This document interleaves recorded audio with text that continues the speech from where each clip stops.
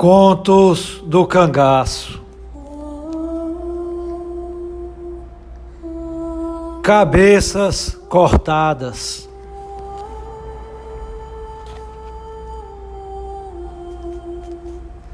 A prática da decapitação é antiga na humanidade. Na época de Cristo, a jovem Salomé pediu a cabeça de João Batista ao rei Herodes para atender um capricho de sua mãe, Herodíades.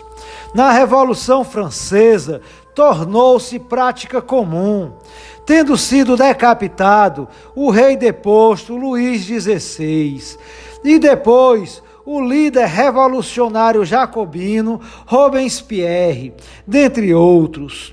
No Brasil, no século XVIII, o alferes Joaquim José da Silva Xavier, o Tiradentes, foi enforcado. Depois teve seu corpo mutilado a mando da coroa portuguesa, tendo sido degolado. Em 1695, Zumbi dos Palmares teve a cabeça separada do corpo, sendo a mesma transportada para a cidade de Recife, onde foi exposta ao público. Mesmo antes, em 1611, o navegador português Martim Soares Moreno travou intensa luta contra os franceses que estavam instalados no Nordeste brasileiro. Naquela ocasião, seus comandados chegaram a degolar cerca de 200 franceses. Muitos tiveram essa morte trágica e hoje não são lembrados, como Antônio Henrique Rabelo, que teve a cabeça decepada no Recife porque participou ativamente da Revolução de 1817. Segundo raros relatos escritos, teria dado viva a Revolução na sua hora final. Ainda no Brasil, precisamente no sertão da Bahia, no final do século XIX, Antônio Vicente Mendes Maciel, o conselheiro, cearense, nascido na cidade de Quixeramobim, líder messiânico do Arraial de Canudos, teve seu corpo exumado depois de alguns dias de sepultado. Foi fotografado e antes de enterrá-lo novamente, cortaram-lhe a cabeça, a mando do general do Exército Brasileiro, João da Silva Barbosa.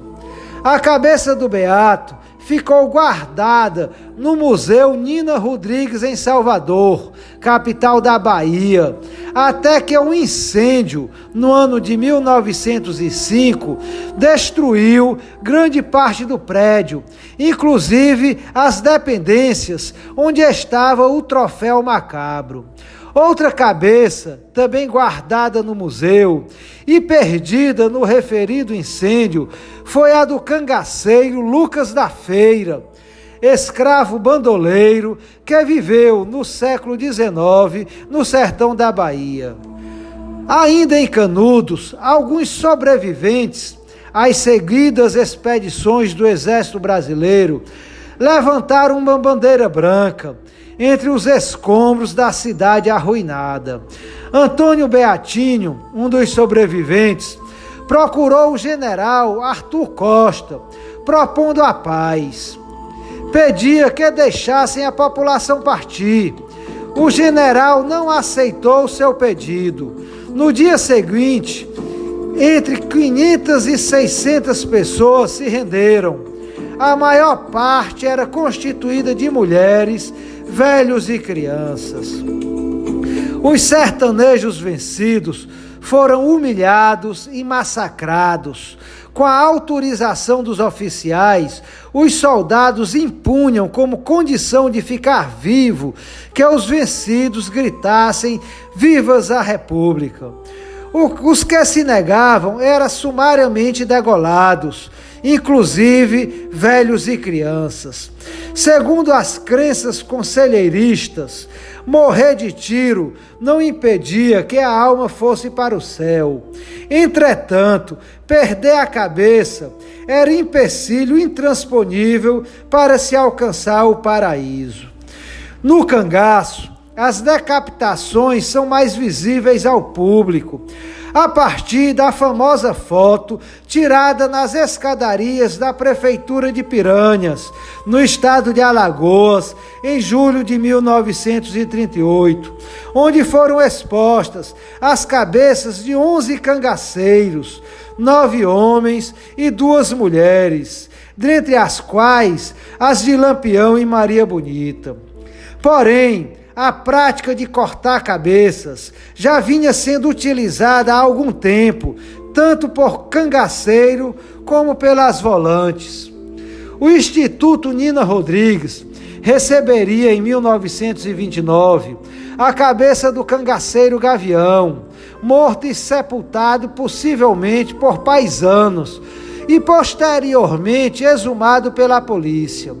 Em represália a este fato, pouco tempo depois, foi encontrado o corpo sem cabeça do tenente geminiano, José dos Santos, da Polícia Baiana, morto em combate com Lampião, nas proximidades de Tucano. A própria força, comandada pelo tenente João Bezerra, matador de Lampião, já havia usado esta prática antes de Angicos, assim como o tenente José Rufino, sendo este um dos maiores matadores de cangaceiros, tendo inclusive alcançado o posto de coronel da Polícia Militar da Bahia por atos de bravura. Leiam-se cabeças cortadas. A justificativa da polícia para este ato de extrema violência era ter como provar aos superiores e à população em geral a efetiva morte dos cangaceiros, além da dificuldade para se carregar um cadáver na caatinga, pois retardaria o movimento da tropa, além de empenhar mais de um soldado para transportar o morto. Mas os cangaceiros também usavam desta prática, e a explicação seria a humilhação do opositor, sem contar a questão religiosa, desde que o corpo sem cabeça era uma violação que impedia a salvação daquela alma na crença popular.